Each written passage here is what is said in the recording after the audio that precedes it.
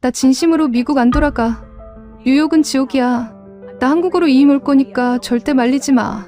카메라 앞에서 눈물을 훔치며 이렇게 외친 여성이 있습니다. 전 세계 50개국 험지를 누비며 취재해온 25년 경력의 미국 최고 뉴스 방송사 수석 특파원 캐서린 헤이즈. 평생 냉철하기로 유명했던 그녀가 한국에 도착한 단 하루 만에 생각이 완전히 바뀌었다고 말합니다. 그날 밤 11시 젊은 여성이 혼자 이어폰을 꽂고 조용한 거리를 아무렇지 않게 걷는 모습을 본 순간 그녀는 이렇게 중얼거렸습니다. 나는 미국인이라는 게 처음으로 부끄러웠다. 도대체 무엇이 그 오만했던 미국 기자의 생각을 뒤집어 놓은 걸까요? 외국인들이 한국에 충격받는 대한민국 탑10의 장면들 지금 확인해 보겠습니다. 그 전에 잠깐 이야기를 시작하기 전에 구독과 좋아요 눌러주시면 정말 감사하겠습니다. 어디에서 듣고 계신지도 댓글에 남겨주시고 함께 해주세요. 저는 미국 최고 뉴스 방송사의 25년차 수석 국제특파원 캐서린 헤이즈입니다. 얼마 전 저는 아시아의 작은 반도 국가 대한민국 서울로 향하는 비행기 1등석에 거만하게 앉아 있었습니다. 제 이름 앞에는 항상 베테랑이라는 수식어가 훈장처럼 붙어 다녔죠. 총알이 빗발치는 중동의 핏빛 분쟁 지역부터 하루가 멀다고 정권이 뒤집히는 동유럽의 혼란스러운 국경지대, 그리고 질병이 창궐하는 남미의 깊은 밀림 한복판까지 전 세계 50개가 넘는 험난한 국가들을 제 두 발로 직접 밟고 취재하며 살아왔습니다. 수많은 나라의 끔찍한 흥망성쇠를 제 두 눈으로 직접 목격해온 저는 세계 최강국이자 천조국이라 불리는 위대한 미국의 엘리트 시민이라는 사실에 아주 뼛속 깊은 자부심을 품고 살았습니다. 세상 그 어떤 화려한 도시를 가더라도 결국 우리 미국 뉴욕의 화려함이나 워싱턴의 위대한 발끝에도 미치지 못할 것이라는 서양인 특유의 오만방자한 확신을 가지고 있었던 것이죠. 그래서 이번 대한민국 서울로의 심층 취재 출장 지시가 떨어졌을 때도 저는 그저 대수롭지 않게 여겼습니다. 요즘 젊은 애들이 좋아하는 K-팝이나 부르고 넷플릭스 드라마나 조금 잘 만드는 아시아의 흔한 신흥국 중 하나일 뿐이라고 가볍게 깎아내렸었죠. 기껏해야 일주일 정도 대충 취재하는 신용이나 하고 맛있는 한국식 바비큐나 실컷 구워 먹고 본국으로 돌아가면 되는 아주 만만한 휴가라고 생각했던 겁니다. 그런데 비행기 문이 덜컹하고 열리며 한국의 공기와 처음 마주하던 바로 그 찰나의 순간 무언가 소름 끼치게 이상한 기운을 감지했습니다. 일반 사람들은 잘 모를 수도 있지만 전 세계 어느 나라를 가더라도 공항이라는 거대한 공간이 뿜어내는 특유의 불쾌한 냄새라는 것이 존재하거든요. 매캐하게 코를 찌르는 항공유 냄새와 오래되어 찌든 카펫의 묵은 때, 그리고 수백만 명의 낯선 이방인들이 땀에 전 신발로 밟고 지나간 바닥에서 피어오르는 그 눅눅한 악취 말입니다. 저는 25년 동안 출장을 다니며 그 냄새가 공항이라면 당연히 감수해야만 하는 숙명이라고 굳게 믿고 살아왔습니다. 그런데 대한민국 인천국제공항의 게이트를 나서는 순간 그 당연했던 제 25년의 상식이 와르르 무너져 내리고 말았습니다. 너무나도 깨끗했던 겁니다. 숨을 들이마시는 순간 공기가 도무지 형용하기 어려울 정도로 맑고 투명하여 제 폐부를 시원하게 씻어내리는 것만 같았죠. 아무런 불쾌한 냄새조차 나지 않는 완벽한 무균의 청정구역이 제 눈앞에 펼쳐졌습니다. 머리 위로 아득하게 펼쳐진 거대한 유리 천장 사이로는 따스한 자연광이 폭포수처럼 쏟아져 내리고 그 엄청난 규모의 거대한 공항 전체가 티끌 하나, 먼지 한 톨 없이 조용하고 단정하게 반짝거리며 늙은 서양 기자의 길을 완벽하게 압도하고 있었습니다. 저는 너클 잃은 채 그 자리에 멈춰서서 조국. 미국의 가장 크고 위대하다는 뉴욕 존 F 케네디 국제공항의 처참한 꼬라지를 조용히 떠올려 보았습니다. 천장의 형광등은 관리가 안 되어 반쯤 나가 침침하게 깜빡거리고 벽면은 낡고 시커먼 때가 타 있으며 쥐나 바퀴벌레가 튀어나올 것 같은 좁고 낡은 게이트 안에는 비행기 연착에 지친 사람들의 짜증 섞인 고함 소리가 가득한 곳이었죠. 무거운 짐을 이끌고 밖으로 나서자마자 귀가를 때리는 무례한 택시. 기사들의 신경질적인 고성과 매캐하게 폐를 찌르는 더러운 배기가스 냄새가 진동하던 곳. 그것이 바로 세계 1위 경제대국이라는 미국이 자랑하는 최고 국제공항의 참담하고 부끄러운 민낯이었습니다. 그런데 제 눈앞에 찬란하게 펼쳐진 대한민국의 인천공항은 바닥에 제 얼굴이 거울처럼 고스란히 비칠 정도의 광적인 청결함을 자랑하고 있었습니다. 한치의 오차도 없이 계산된 사람들의 물 흐르는 듯한 이동선과 최첨단 디지털 편의 시설까지 우리 미국의 낡은 공항과는 감히 비교조차 할 수 없는 완벽한 미래 도시의 성전과도 같았죠. 감히 두 공항을 비교한다는 것 자체가 피땀 흘려 이 공항을 가꾼 한국인들에게 무례하고 미안해질 정도로 압도적인 격차를 느꼈습니다. 입국 심사대 앞에서도 저는 또 한 번 경악을 금치 못했습니다. 뉴욕 공항에서는 불친절한 직원의 얼굴을 보기 위해 뱀처럼 다리를 튼 거대한 줄을 서서 다리가 끊어질 듯 아프게 한두 시간은 멍하니 기다려야만 했습니다. 그것이 외국인으로서 감수해야 할 당연한 고통인 줄 알았죠. 그런데 이곳 인천공항에서는 줄을 선 지 고작 10분도 채 되지 않아 너무나도 빠르게 제 차례가 돌아왔습니다. 차가운 최첨단 기계 앞에 서서 여권을 스캔하자마자 자동 얼굴 인식 기기가 아주 부드러운 기계음을 내며 불과 3초 만에 유리문을 활짝 열어주더라고요. 수화물을 찾는 곳에 도착해보니 제 무거운 캐리어는 남이 집어 던진 흔적도 없이 이미 컨베이어 벨트 위에 아주 반듯하고 가지런한 자세로 저를 기다리고 있었습니다. 뉴욕 공항에서 가방이 깨지거나 분실되는 일이 비일비재했던 것을 생각하면 이곳은 그야말로 천국이 따로 없었던 것이죠. 하지만 인천공항이 선사한 이 충격은 그저 앞으로 다가올 거대한 폭풍의 아주 작은 전야제에 불과했습니다. 서울 도심의 한복판으로 들어가기 위해 매끈하게 빠진 공항철도에 몸을 싣는 순간 저는 다시 한번 끔찍한 문화 충격을 경험해야만 했습니다. 기차의 출발 시각은 분 단위도 아닌 초 단위로 소름 끼치게 정확하게 딱 맞아떨어지며 문이 닫혔습니다. 좌석은 먼지 하나 없이 푹신하고 깨끗했으며 열차가 거침없이 철로를 내달리는 동안에도 내부의 덜컹거리는 소음은 거의 들리지 않을 정도로 고요하고 안락했습니다. 그런데 시청자 여러분, 제가 한국의 이 쾌적한 지하철 자리에 앉자마자 가장 먼저 무의식적으로 했던 짐승 같은 행동이 무엇인지 아십니까? 바로 코를 킁킁거리며 공기 중의 냄새를 맡으려 안간힘을 썼던 겁니다. 그것은 아주 슬프고도 지독한 뉴욕 시민들만의 반사적이고 비참한 생존 습관이었죠.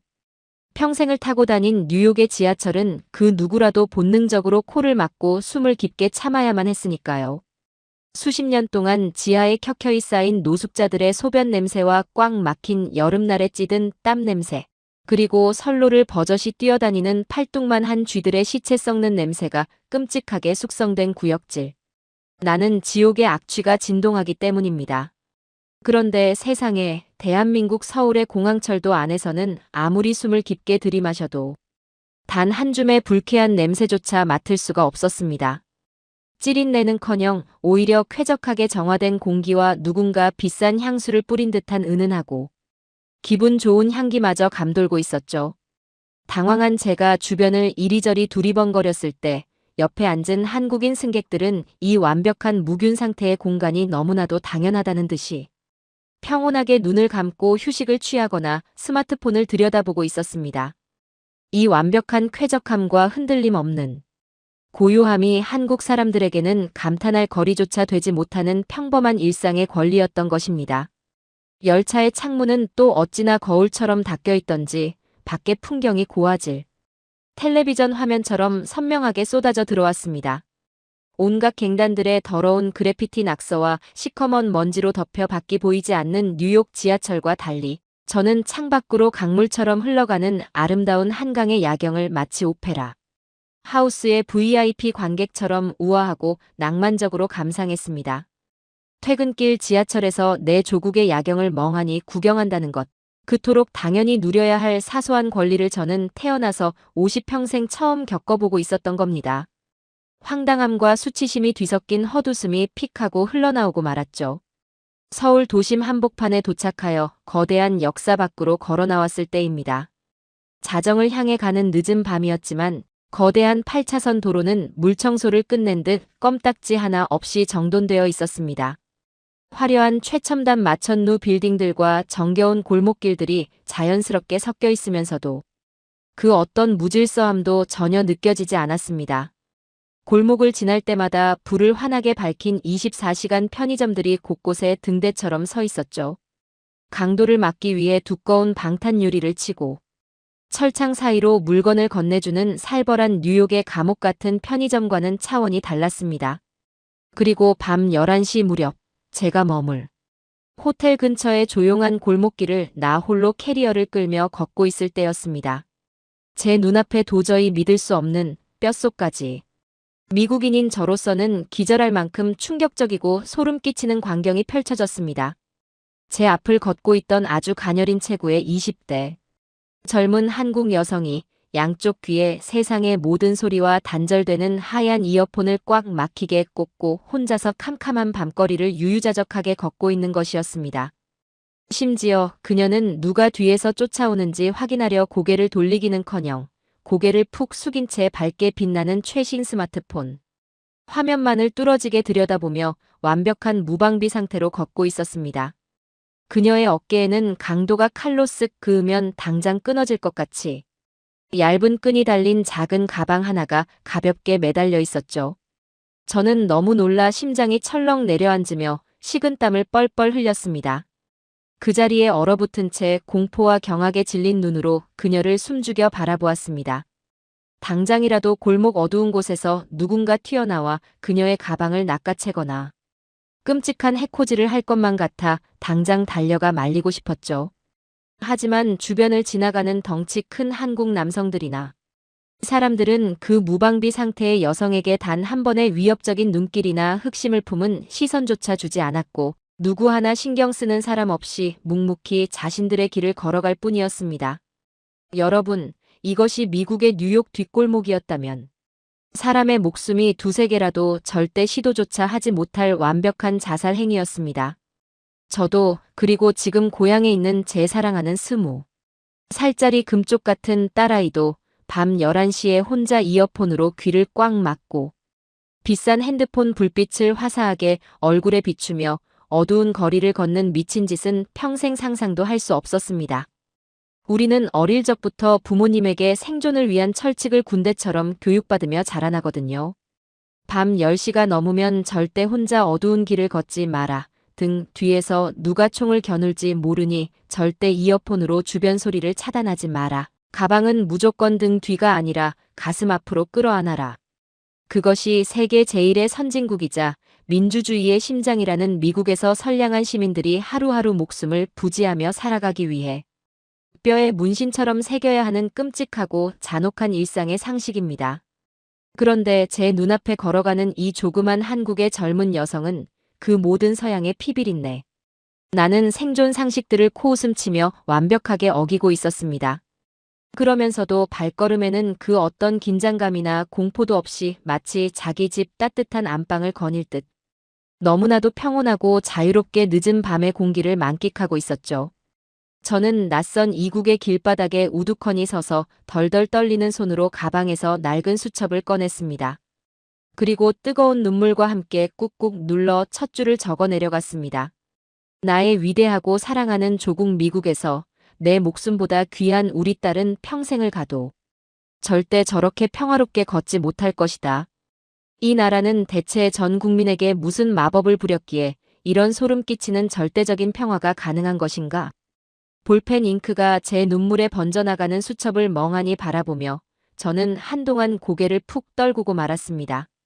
왠지 모르게 제 가슴 한구석이 수천 톤의 육중한 납덩이를 올려놓은 것처럼 너무나도 묵직하고 서럽게 꽉 조여왔기 때문입니다.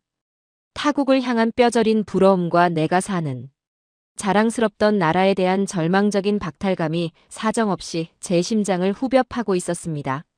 한국 공항에 도착해서 이곳 숙소로 이동하는 데 걸린 시간은 고작 3시간에 불과했습니다.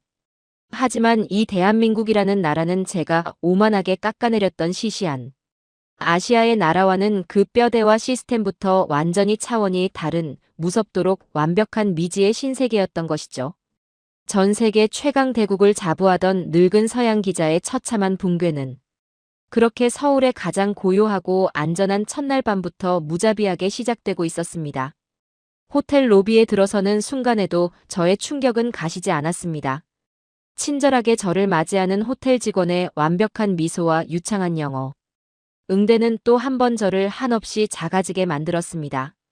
미국에서는 특급 호텔의 프런트 데스크에서조차 팁을 바라며 계산적으로 움직이는 직원들의 삭막한 눈빛을 마주해야 하지만 이곳 한국의 직원들은 진심으로 손님의 안위를 챙기는 듯한 따뜻한 온기를 품고 있었거든요.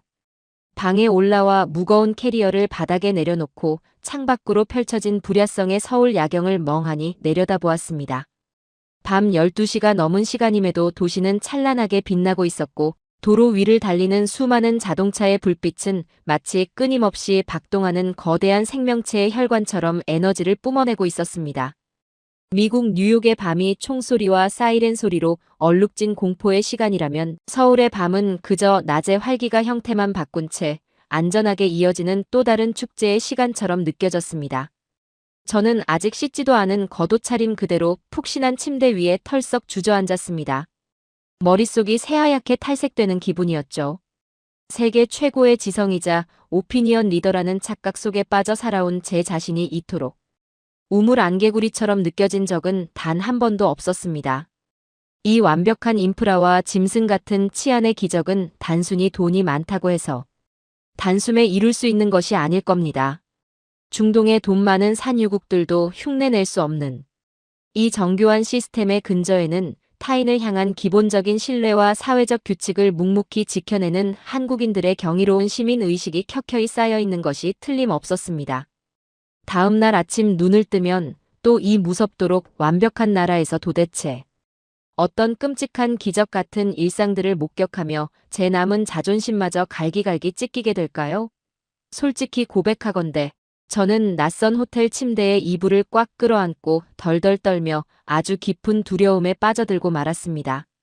이 대한민국이라는 나라의 완벽함이 더 끔찍하게 부러워져서 기어코 내 평생을 바쳐 사랑했던 조국 미국을 향한 원망과 증오심마저 싹트게 된다면 도대체 이 무너지는 마음을 어떻게 감당해야 할지 덜덜 떨고 있었던 겁니다. 저는 다시 자리에서 일어나 창가로 다가갔습니다. 차가운 유리에 이마를 대고 수첩에 적었던 그 뼈아픈 문장들을 수십 번 곱씹어 보았죠. 미국이 최고다. 아메리칸 드림은 영원하다. 제가 25년간 전 세계를 돌며 카메라 앞에서 그토록 당당하게 외쳐왔던 그 오만한 슬로건들이 지금 이 서울의 밤하늘 아래에서는 얼마나 허무하고 거짓된 메아리로 들렸는지 모릅니다. 저희 미국의 수많은 서민들은 비싼 세금을 내고도 밤거리를 마음 놓고 걷지 못하는 지독한 모순 속에 갇혀 살아갑니다. 자유라는 거창한 이름 아래 포장된 그 야만적인 방임이 결국 사람들의 일상을 공포로 몰아넣고 있다는 사실을 저는 태평양 건너 이 작은 반도 국가에 와서야 뼈저리게 통감했던 것이죠. 저 아래 빛나는 골목길 어디선가 까르르 웃으며 지나가는 젊은이들의 활기찬 목소리가 창문 틈을 타고 어렴풋이 들려왔습니다. 총기 소지도 허용되지 않고 마약에 찌든 불황자들도 찾아볼 수 없는 이 거룩하고도 비현실적인 청정구역. 이 나라 사람들은 대체 어떤 역사적 궤적을 거쳐왔기에 이토록 완벽한 안전이라는 축복을 쟁취해낸 것일까요? 분명 이 기적 뒤에는 제가 상상조차 하지 못할 한국 어르신들의 피와 땀, 그리고 지독한 희생의 시간이 굳건히 버티고 있을 것이라는 직감이 제 늙은 언론인의 세포를 강렬하게 자극하기 시작했습니다. 겉으로 보이는 화려한 건물들이 다가 아님을 그 이면에 흐르는 끈끈한 사회적 유대와 이 나라를 맨손으로 일궈낸 세대의 치열한 정신이 이 모든 것을 지탱하고 있음을 뼈저리게 예감했습니다. 내일은 대한민국의 가장 깊숙한 일상 속으로 그들의 생명과 직결된 복지와 교육의 현장 속으로 직접 뛰어들어갈 작정이었습니다. 과연 그곳에서도 저는 이 무서운 한국의 시스템 앞에 또 한 번 처참하게 무릎을 꿇게 될까요? 아니, 저는 이미 확신하고 있었습니다. 제가 앞으로 마주할 현실은 오늘 밤의 이 충격보다 수십 배, 수백 배는 더 잔혹하게 제 서양인의 오만함을 짓밟아버릴 것이라는 사실을 말입니다. 두려움과 경외감이 소용돌이치는 서울에서의 첫날 밤, 늙은 미국 기자의 심장은 터질 듯이 거칠게 박동하고 있었습니다. 어젯밤의 그 지독한 문화 충격과 뼈저린 부러움으로 하얗게 밤을 지새운 저는 다음 날 아침 퉁퉁 부은 눈을 비비며 간신히 침대에서 몸을 일으켰습니다. 오늘부터는 본격적으로 대한민국 서울의 심장부를 취재하며 이 나라가 가진 힘의 원천을 파헤쳐야 한다는 사명감이 제 늙은 기자의 피를 다시 끓어오르게 만들었거든요. 하지만 운명의 장난이었을까요?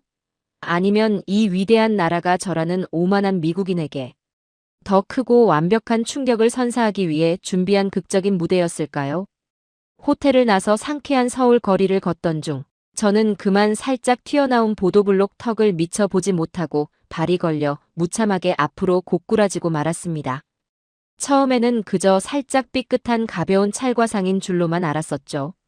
바지 무릎에 묻은 먼지를 툭툭 털어내고 다시 걸음을 옮기려 했지만 불과 한두 시간이 지나자 제 오른쪽 무릎은 마치 커다란 자몽처럼 무섭게 퉁퉁 부어오르기 시작했던 겁니다. 찌릿하고 시큰거리는 단순한 통증의 수준을 넘어서서 지하철 계단을 한 칸 내려갈 때마다 입에서 악소리가 터져나올 만큼 뼈를 깎는 듯한 극심한 고통이 온몸을 휘감았습니다. 전 세계의 험난한 오지와 분쟁 지역을 취재하며 발목이 꺾이거나 열병에 걸려본 적도 많았던 저였기에 낯선 타국 땅에서 병원 신세를 져야 한다는 사실이 얼마나 번거롭고 두렵고 끔찍한 재앙인지를 제 몸이 본능적으로 먼저 기억하고 떨고 있었습니다. 시청자 여러분, 세계 최고의 부자 나라이자 자본주의의 절정이라 불리는 저희 미국에서 사람이 아파서 병원에 간다는 것이 도대체 어떤 의미인지 아십니까? 미국에서는 가벼운 감기가 아니라 뼈를 다치거나 수술이 필요한 상황이 발생하면 그것은 육체의 고통을 넘어 한 개인의 인생과 가정이 송두리째 파산할 수도 있는 거대한 경제적 지옥문이 열림을 뜻하는 것이죠. 만약 제가 뉴욕 맨해튼 한복판에서 이렇게 무릎을 다쳐 정형외과 전문의를 만나야 했다면 당장 오늘 병원 문을 열고 들어가는 것조차 100% 불가능했을 겁니다. 미국 의료 시스템의 그 악랄하고도 기형적인 구조 속에서는 환자가 아무리 고통의 비명을 질러도 먼저 동네의 일반 주치의를 만나 몇 주를 기다려 진료를 받고 그 주치의가 정형외과 전문의를 만나도 좋다는 허가 의뢰서를 써주어야만 비로소 전문의 병원에 예약을 잡을 자격이 주어지거든요. 그 예약 날짜를 잡는 데만 또다시 최소 2주에서 한 달이라는 피말리는 기다림의 시간이 필요했습니다. 그뿐만이 아니었죠. 악덕 고리대 금업자 같은 사보험 회사에 전화를 걸어 이 진료가 보험 보장 범위에 들어가는지 사전 승인을 구걸해야 하고 승인이 떨어지더라도 환자 본인이 생돈으로 내야 하는 엄청난 자기부담금이 잔혹하게 청구되는 시스템이었습니다. 무릎이 아파 전문의 얼굴을 단 5분 쳐다보고 엑스레이 사진 딱 한 장을 찍는데 들어가는 청구 비용은 최소 50만 원. 만약 저처럼 타국에서 온 외국인이라 미국 보험조차 없다면 기본 100만 원에서 200만 원이 훌쩍 넘어가는 천문학적인 청구서가 날아옵니다. 앰뷸런스 구급차라도 한번 불렀다가는 그 구급차 탑승 비용만으로도 300만 원에서 400만 원이 고스란히 깨져버리는 것이죠. 그래서 우리 미국의 불쌍한 서민들은 뼈가 부러지거나 피를 철철 흘려도 어떻게든 병원에 가지 않으려 이를 악물고 진통제로 버티고 또 버팁니다. 아프면 일단 죽기 전까지 버텨라. 병원에 가는 순간 몸보다 지갑이 먼저 갈기갈기 찢겨 죽는다. 라는 아주 슬프고도 참혹한 농담이 진리처럼 통용될 정도였으니까요. 그런 끔찍한 미국의 의료지옥을 평생 뼈에 새기고 살아온 저였기에 서울 한복판에서 부어오른 무릎을 부여잡고 저는 덜덜 떨리는 손으로 식은땀을 흘리며 호텔 프런트 데스크로 향했습니다. 근처에 영어가 통하는 큰 국제병원이 있는지, 진료를 보려면 며칠이나 기다려 예약을 해야 하는지 수백 달러가 넘게 나올 텐데 신용카드 한도도 걱정이라며 핏기가 가신 얼굴로 횡설수설 쏟아냈었죠. 그러자 단정한 유니폼을 입은 한국인 호텔 직원은 아주 의아하다는 듯 맑은 미소를 지으며 제 스마트폰 지도 앱을 툭툭 쳐서 보여주었습니다. 손님, 굳이 비싼 국제병원에 가실 필요가 전혀 없습니다. 여기서 걸어서 5분만 가시면 길모퉁이에 아주 훌륭한 정형외과 의원이 있거든요. 예약 같은 건 전혀 필요 없으니 지금 당장 그냥 걸어 들어가셔서 접수만 하시면 곧바로 전문의 선생님을 만나실 수 있습니다. 그냥 걸어 들어가라고요? 예약도 없이, 주치의의 의뢰서도 없이, 길거리의 전문 병원을 마음대로 쑥 들어갈 수 있다고요? 저는 도무지 그 직원의 말을 믿을 수가 없었습니다. 반신반의하며 절뚝거리는 다리를 이끌고 도착한 곳은 으리으리한 종합병원이 아니라 그저 평범한 상가 건물 2층에 자리 잡은 동네 정형외과였습니다. 병원 문을 열고 들어서는 순간 저는 다시 한번 숨을 헉하고 들이마시고 말았죠. 동네의 작은 병원임에도 불구하고 대리석 바닥은 먼지 하나 없이 빛나고 있었고 공기청정기가 돌아가는 쾌적한 대기실에는 잔잔한 클래식 음악이 흐르고 있었습니다.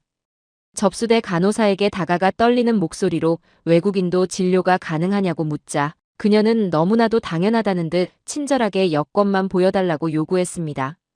그리고 자리에 앉아 대기한 지 고작 10분, 아니 체감상 7, 8분도 채 지나지 않았을 무렵 대기실 모니터에 제 이름 캐서린 헤이즈가 선명하게 떴고 저는 곧바로 진료실 안으로 안내되었습니다.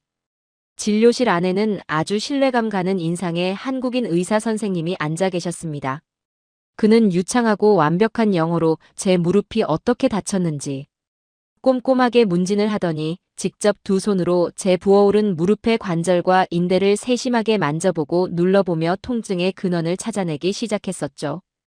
미국에서라면 의사가 환자의 몸에 손을 대는 것조차 온갖 법적 소송이나 청구 비용이 추가될까 두려워 뚝 떨어져서 말로만 진료하는 것이 태반인데 이 한국의 의사는 마치 자신의 가족을 돌보듯 아주 세심하고 따뜻하게 저를 진찰해 주었습니다.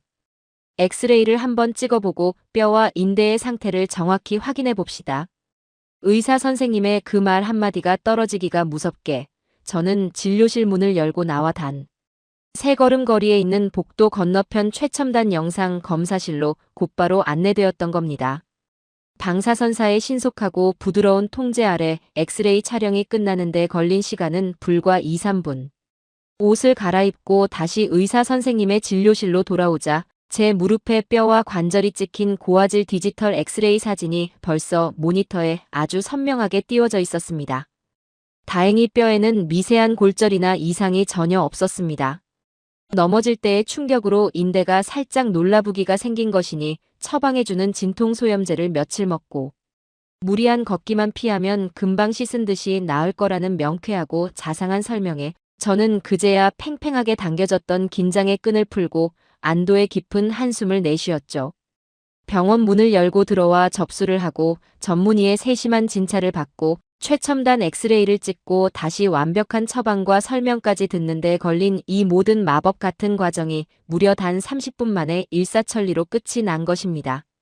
하지만 제 25년 미국인 인생을 가장 처참하게 붕괴시킨 진정한 충격과 공포는 수납. 데스크로 돌아와 간호사가 내민 한 장의 얇은 종이 영수증을 받아든 바로 그 찰나의 순간에 찾아왔습니다. 진료비와 엑스레이 촬영 비용까지 모두 합쳐서 15,000원, 약국에서 약을 타는 비용. 4,000원을 합쳐 총 19,000원이라는 말이 들려왔거든요.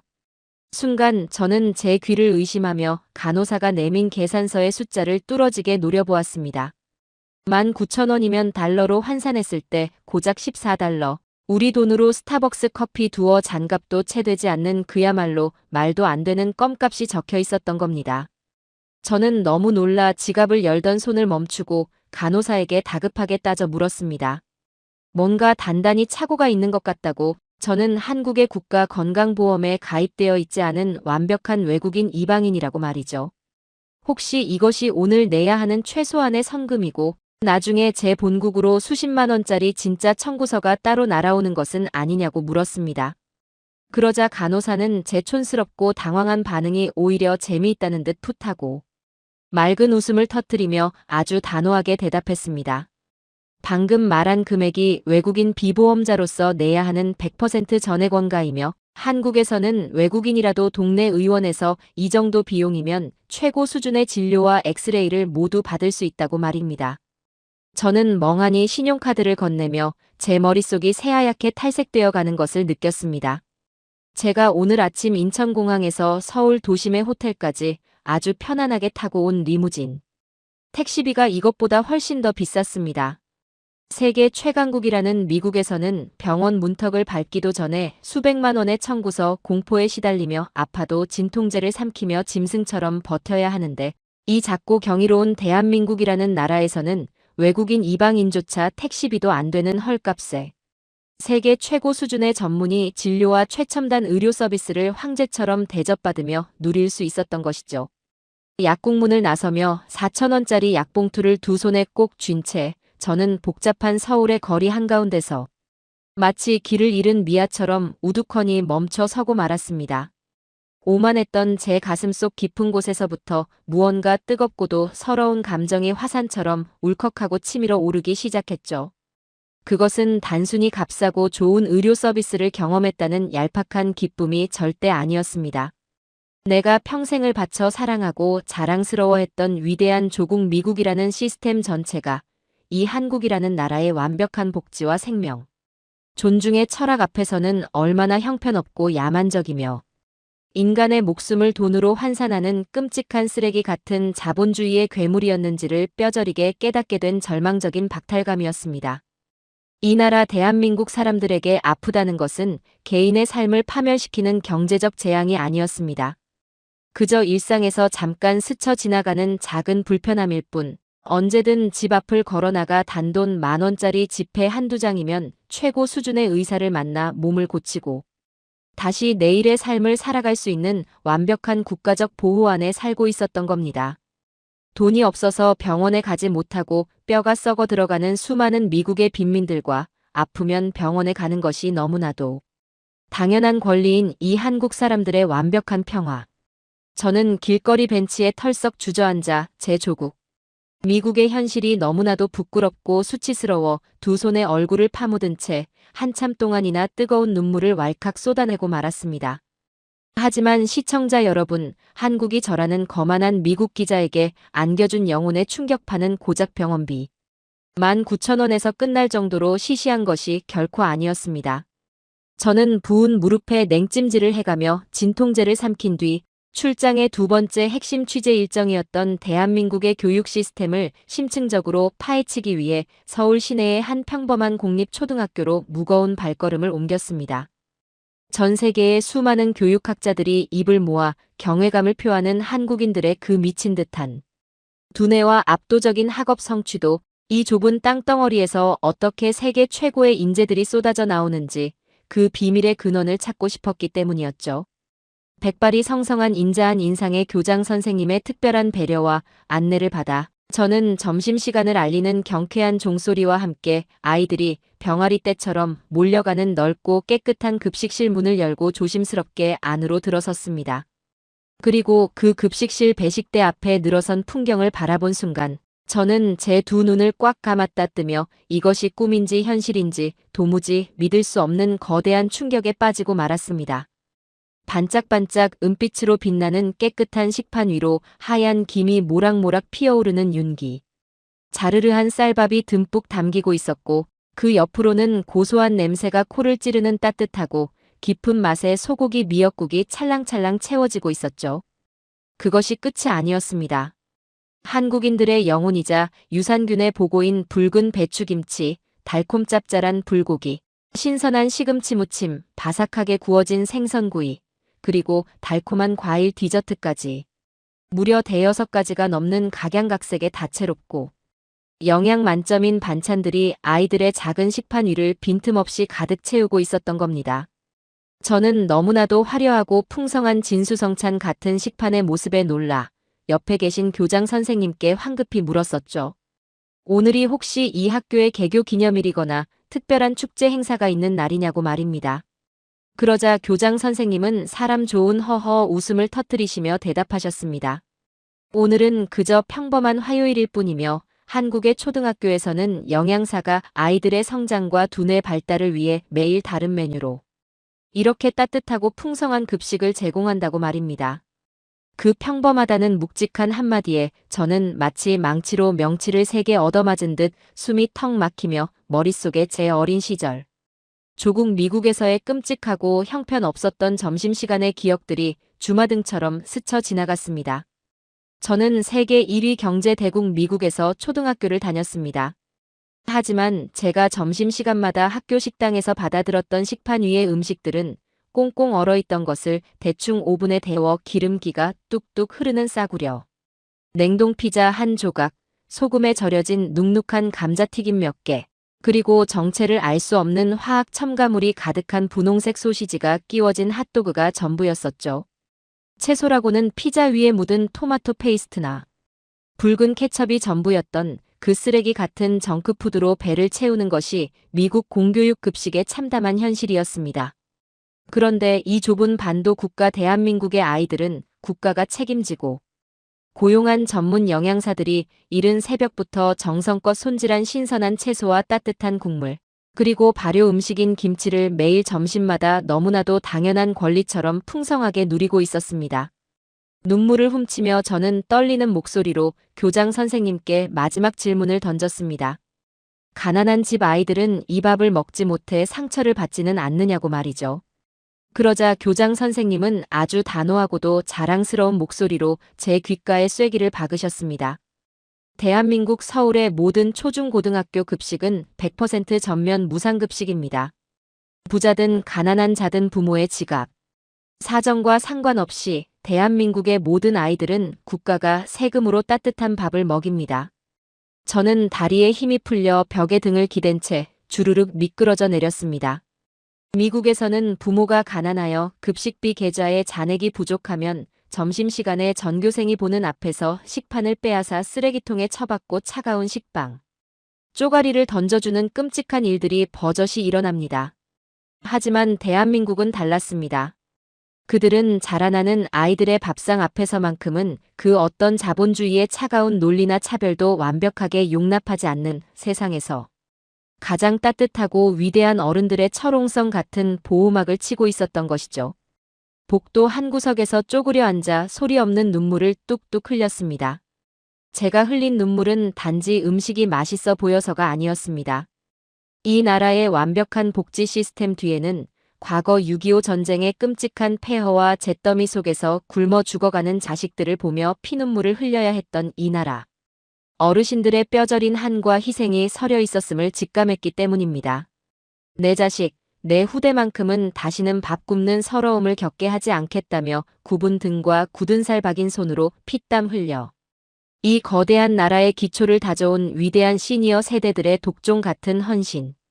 그것이 돈 없는 외국인조차 따뜻하게 품어주는 19,000원의 기적 같은 의료 시스템을 만들었고, 가난한 아이도 눈치 보지 않고 배불리 먹을 수 있는 세상에서 가장 따뜻하고 평등한 밥상을 차려낸 진짜 이유였던 겁니다. 이 무서운 나라 사람들의 영혼 속에는 양육강식의 자본주의를 뛰어넘는 끈끈한 가족애와 숭고한 생명, 존중의 철학이 뿌리 깊게 박혀 있었습니다. 그리고 다음 날 저는 교실 안에서 한국 아이들의 밥상 위에 놓여있던 2개의 얇고 가느다란 쇠막대기가 어떻게 전 세계를 지배하는 무서운 첨단 기술의 심장으로 폭발하는지 그 기적의 비밀을 완벽하게 목격하게 됩니다. 다음 날 아침, 저는 한국 아이들이 도대체 어떻게 전 세계 학업 성취도를 휩쓸고 그토록 똑똑한 두뇌를 가질 수 있었는지, 그 근본적인 비밀을 파헤치기 위해 다시 한번 그 초등학교의 교실로 발걸음을 옮겼습니다. 수업 내용을 관찰하기 전 저는 전날 아이들이 밥을 먹던 급식실의 풍경을 머릿속에 다시 한번 찬찬히 되짚어 보았죠. 그리고 바로 그 순간 저는 한국인들의 그 미친 듯한 지능과 섬세함의 근원이 어디에서부터 출발하는지 가장 원초적이고도 소름 끼치는 힌트 하나를 발견하고야 말았던 겁니다. 그것은 바로 아이들의 작은 손에 쥐어져 있던 2개의 얇고 차가운 쇠막대기, 즉 젓가락이었습니다. 시청자 여러분, 우리 서양인들이 밥을 먹을 때 사용하는 포크라는 도구를 한번 떠올려 보십시오.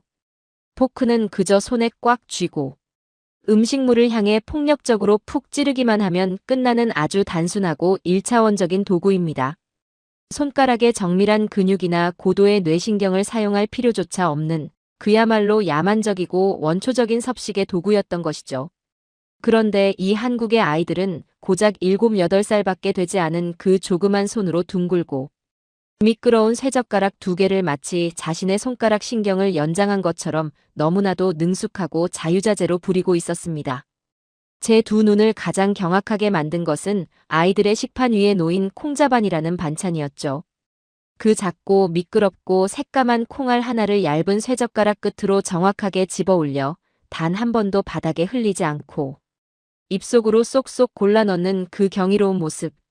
두 개의 쇠막대기를 서로 다른 힘으로 미세하게 조절하며 그 작은 물체를 완벽하게 통제하여 집어 올린다는 것은 인간의 손가락 관절 수십 개와 미세한 소근육들, 그리고 그것을 명령하는 뇌의 전두엽 시냅스가 0.1 초의 오차도 없이 완벽하게 수만 번 교차하며 터져야만 가능한 아주 고도의 뇌신경 과학적 예술 행위였던 겁니다. 미국의 뇌과학자들이 젓가락질이야말로 인간의 손가락 근육과 두뇌를 동시에 폭발적으로 발달시키는 세상에서 가장 완벽한 훈련이라고 극찬하는 이유를 저는 그제야 뼈저리게 깨달았습니다. 한국의 아이들은 책상머리에 앉아 억지로 수학 공식을 외우기 전부터 이미 태어나서 밥을 먹는 그 일상적인 삶시 새끼의 순간순간마다 전 세계 그 어떤 나라의 아이들도 하지 못하는 최고 난도의 두뇌 트레이닝을 매일 숨 쉬듯이 반복하고 있었던 것이죠. 숙소로 돌아와 덜덜 떨리는 손으로 전 세계의 지능 지수를 연구하는 국제기구의 최신 IQ 비교 데이터를 찾아보았습니다. 전 세계 100여 개가 넘는 국가를 대상으로 한 이 냉혹한 지표에서 대한민국은 평균 IQ 110.8이라는 압도적이고 경이로운 숫자로 세계 최상위권을 당당하게 차지하고 있더라고요.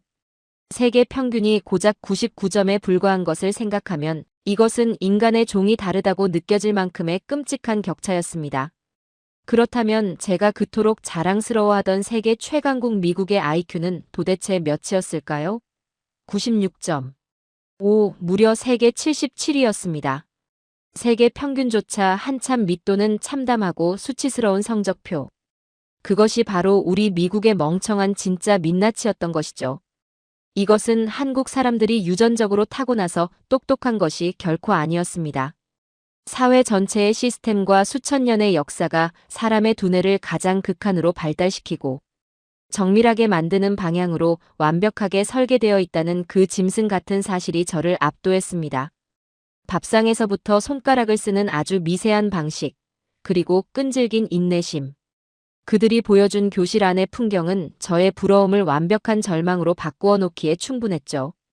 제가 참관했던 초등학교의 수학 시간, 선생님이 칠판에 복잡한 문제를 하나 적어놓자 수십 명의 아이들은 일제히 입을 꾹 다물고 자신의 공책에 고개를 파묻은 채 무서운 집중력으로 문제를 풀기 시작했습니다. 교실 안에는 오직 연필심이 종이 위를 사각사각 스치는 기분 좋은 소리만이 고요하게 울려 퍼졌습니다. 문제를 틀린 아이는 스스로 지우개로 지우고 다시 끈질기게 매달렸고 정답을 맞힌 아이는 선생님이 시키지도 않았는데 다음 문제를 스스로 찾아 묵묵히 풀어나갔었죠. 만약 미국의 평범한 공립초등학교 교실에서 이와 똑같은 수업을 진행했다면 불과 5분도 지나지 않아 아이들은 집중력을 잃고 짐승처럼 괴성을 지르며 교실을 뛰어다녔을 겁니다. 자유라는 핑계로 스스로 통제하고 몰입하는 법을 가르치지 않는 서양의 쓰레기 같은 방임 교육이 아이들의 영혼을 망쳐놓았던 겁니다. 7살 때 얇은 쇠젓가락으로 미끄러운 콩자반을 완벽하게 통제하여 집어 올리던 그 무서운 조그만 손이 20살이 되면 전 세계의 최첨단 학문과 영어 논문을 집어삼키며 세상을 호령하게 되는 기적. 아주 사소한 일상의 통제와 집중이 겹겹이 수십 년간 쌓이고 축적되어 거대한 천재들의 산맥을 만들어낸 것이죠. 그리고 이 무서운 한국인들의 손끝이 도대체 현실 세계에서 어떤 짐승 같은 거대한 괴물을 만들어내고 있는지 저는 다음 날 진행된 대한민국의 심장부 반도체 공장 취재에서 아주 뼈저리게 확인하게 되었습니다. 경기도에 위치한 거대한 반도체 연구시설의 로비와 VIP 홍보관에 들어서는 순간 저는 이미 이들이 뿜어내는 압도적인 위용에 숨이 턱 막히고 말았죠. 말끔한 정장을 입은 최고 위급 기술 담당 임원이 거대한 스크린 앞에 서서 제게 단독으로 브리핑을 시작했습니다. 그리고 그의 입에서 HBM이라는 낯선 영문 이니셜이 튀어나왔을 때 저는 솔직히 그것이 도대체 무슨 의미인지 정확히 알지 못했습니다. HBM, 즉 고대역폭 메모리라는 이 복잡한 이름의 반도체는 지금 전 세계의 패권을 좌우하고 있는 인공지능, AI 연산에 절대적으로 없어서는 안 될 가장 치명적이고 특화된 고성능 메모리 반도체라고 하더라고요.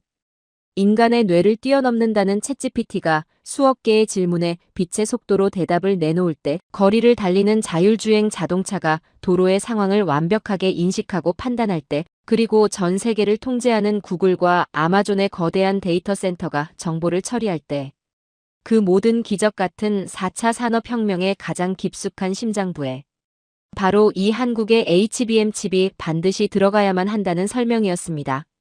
그런데 저를 진짜 미치고 팔짝 뛰게 만든 경악스러운 팩트는 바로 그 다음이었죠.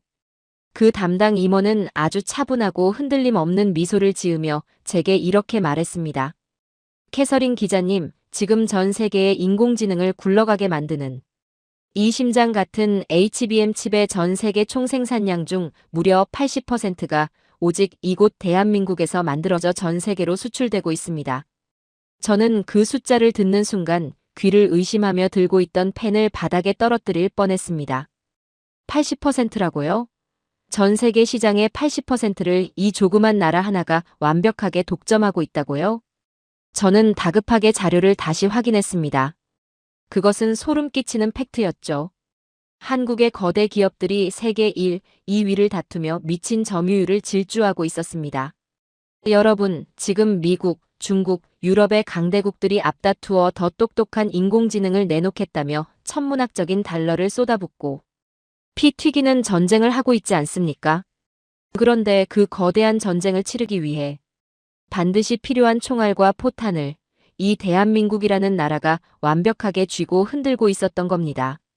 미국 실리콘밸리에서 세상을 지배한다는 엔비디아, 마이크로소프트, 구글 같은 거대한 기업들이 지금 가장 벌벌 떠는 것이 무엇인지 아십니까?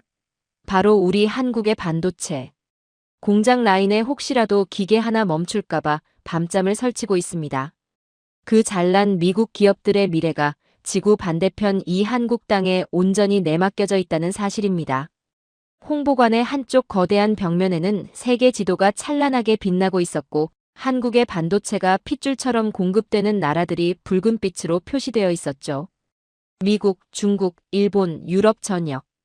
거의 모든 대륙을 완벽하게 뒤덮고 있었습니다. 심장이 멈추면 거대한 인간의 몸뚱이가 즉사해버리듯 한국의 반도체 밸브가 단 며칠만 끊기면 전 세계의 첨단 생태계가 완벽하게 멈추어 서서 파멸해버리는 아주 기괴하고도 무서운 통제의 구조였던 것이죠. 반도체라는 것은 그저 돈이나 쏟아붓는다고 뚝딱 만들어지는 얄팍한 마법이 결코 아닙니다. 극한의 오차도 허용하지 않는 수만 개의 공정을 통제해야 하는 악마의 영역이죠. 수십 년 전 한국이 처음 반도체 사업에 뛰어들겠다고 선언했을 때 콧대 높은 일본과 우리 미국은 분수를 모르는 미친 짓이라며 조롱하고 손가락질했습니다. 하지만 이 지독한 한국의 어르신들은 전 세계의 멸시 속에서도 결코 무릎을 꿇지 않으셨습니다. 실패하면 다시 공장을 짓고 피눈물을 삼키며 밤을 새워 칩을 깎아내고 또 투자하셨죠. 젓가락으로 콩을 집어내던 그 무서운 집념과 끈기가 작업복에 기름때를 묻혀가며 청춘을 바친 우리 시니어 세대의 그 독종 같은 희생이 모여 마침내 세계 시장의 80%를 짓밟아버리는 거대한 제국을 완성해낸 것이었습니다. 저는 다리가 후들거려 그 홍보관을 서둘러 빠져나오며 취재 수첩을 펴고 떨리는 글씨로 이렇게 적었습니다. 전 세계 강대국들이 인공지능의 왕자를 차지하겠다고 피 터지게 싸우는 동안 대한민국은 그 싸움에 쓰일 모든 총알을 독점하고 있었다. 이 나라는 겉으로 요란하게 싸우지 않고 가장 깊은 밑바닥에서 조용히 세상을 지배해 버렸다. 하지만 대한민국의 진짜 소름 끼치는 저력은 차가운 강철과 반도체 칩에서만 끝나는 것이 아니었죠. 이들이 뿜어내는 그 압도적인 무형의 권력, 즉 사람의 영혼을 미치게 만드는 거대한 문화의 중력은 제가 주말 오후 홍대와 명동의 거리를 걷던 순간 저의 뇌구조를 또다시 완벽하게 폭파시켜버리고 말았습니다. 저는 한국에 오기 전까지만 해도 이른바 한류라는 것을 그저 젊은 애들 사이에서 유행하는 얄팍한 트렌드 정도로만 아주 가볍게 치부하고 있었습니다. 90년대 홍콩 영화나 일본 애니메이션이 반짝했다. 사라졌듯이 시간이 지나면 썰물처럼 잦아들 한때의 유행이겠거니 하며 거만하게 단언했었죠. 하지만 서울 홍대 앞 거리를 걷는 순간 제 그 착각은 보기 좋게 뺨을 얻어맞았습니다. 거리는 발 디딜 틈 없이 외국인들로 미어터지고 있었거든요. 그런데 그들은 그저 명소를 사진이나 찍고 떠나는 단순한 관광객 무리가 아니었습니다.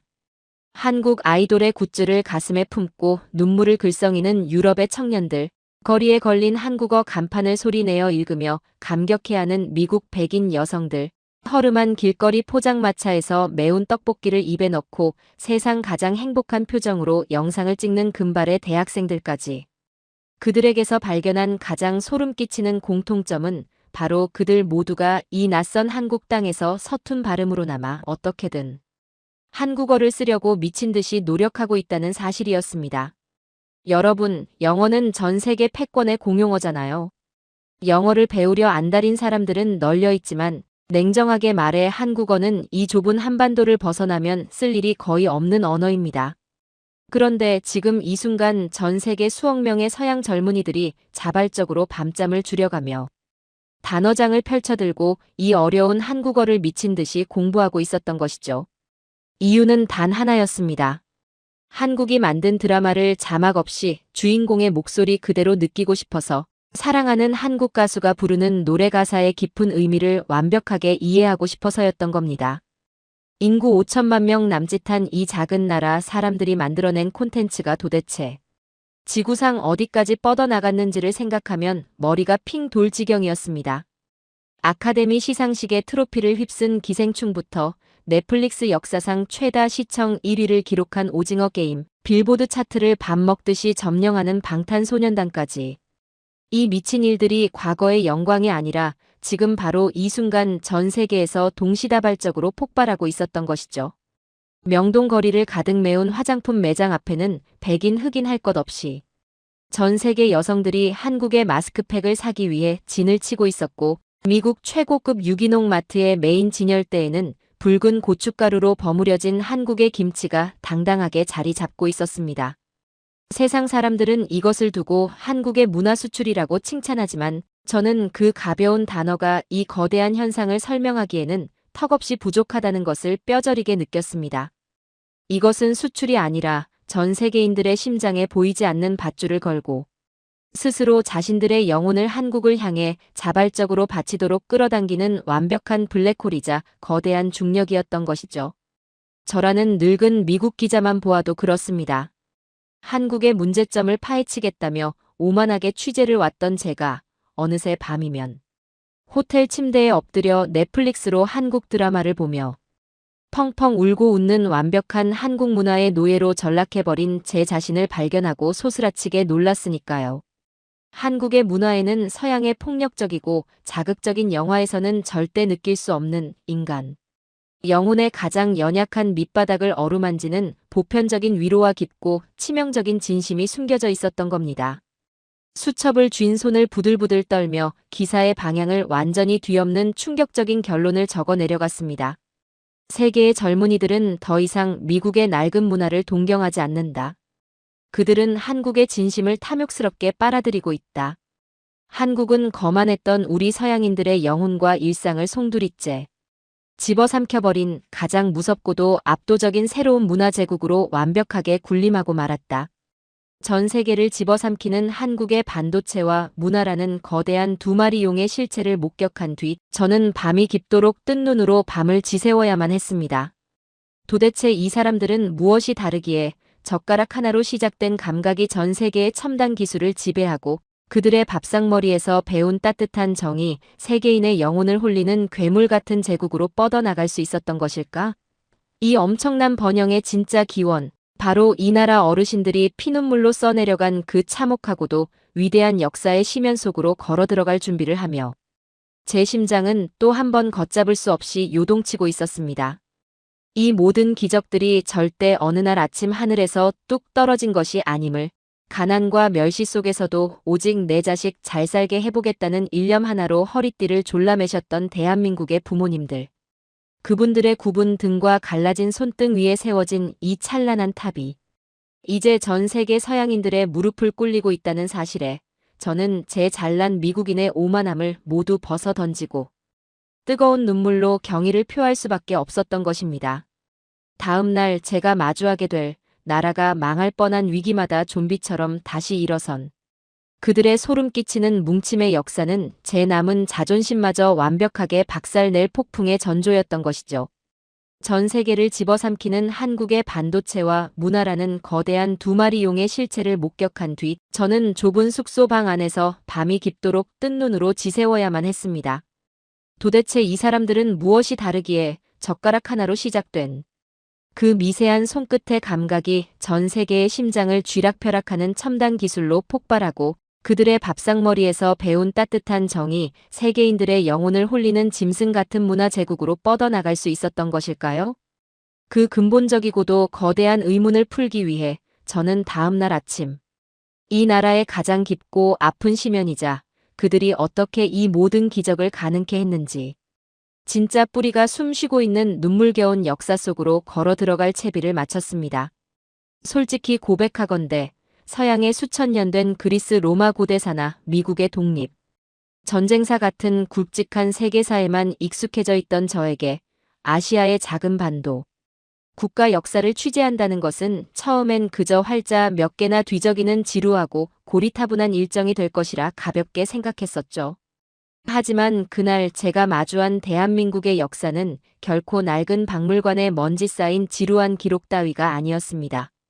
그것은 인간의 한계를 초월한 천재성과 도무지 믿을 수 없는 신화적인 영웅의 피비린내 나는 서사였으며 제 알량하고 거만했던 지적 우월감을 불과 몇 시간 만에 처참하게 박살 내버린 끔찍한 충격의 연속이었던 겁니다. 역사 취재를 준비하며 저는 가장 먼저 한국인들이 매일 숨쉬듯 사용하는 고유의 문자 한글, 즉 훈민정음이라는 문자를 처음으로 들여다보게 되었습니다.